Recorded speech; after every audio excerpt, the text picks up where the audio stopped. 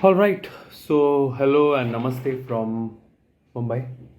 So I'm here to talk a little bit more about one more interesting remedy that we are trying to study, trying to evolve. Typically, for grief, we think about remedies like natrum muriaticum, ignatia, acid phosphorus. Another interesting remedy that let us study today is salix fragilis, or crack willow, or brittle willow. There have been two provings of this remedy, and both of them have been done in the UK.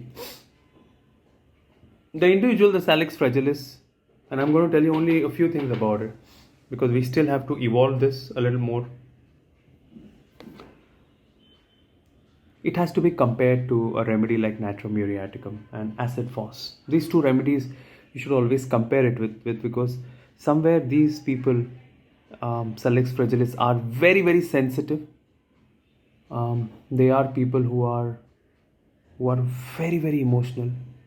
They are people who get affected a lot. Typically, there has been an exciting factor. There has been a history of a death, a separation, a kind of unrequited love. And the main experience there, and more than the experience, the kind of coping mechanism that the person develops into is it becomes very tough. It becomes very hardened.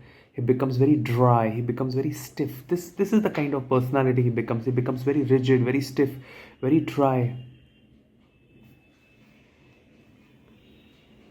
as if he doesn't show his emotions too much. So sometimes they may look secretive. You may think about remedy like ignatia,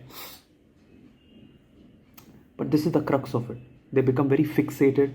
They think a lot about the past.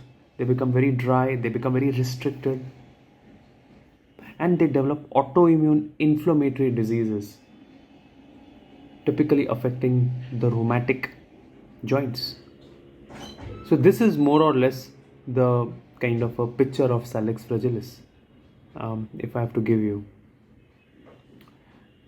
that they are people who after grief become very dry, very restricted, very reserved, very indifferent, very fixated, and they develop this kind of autoimmune joint related issues.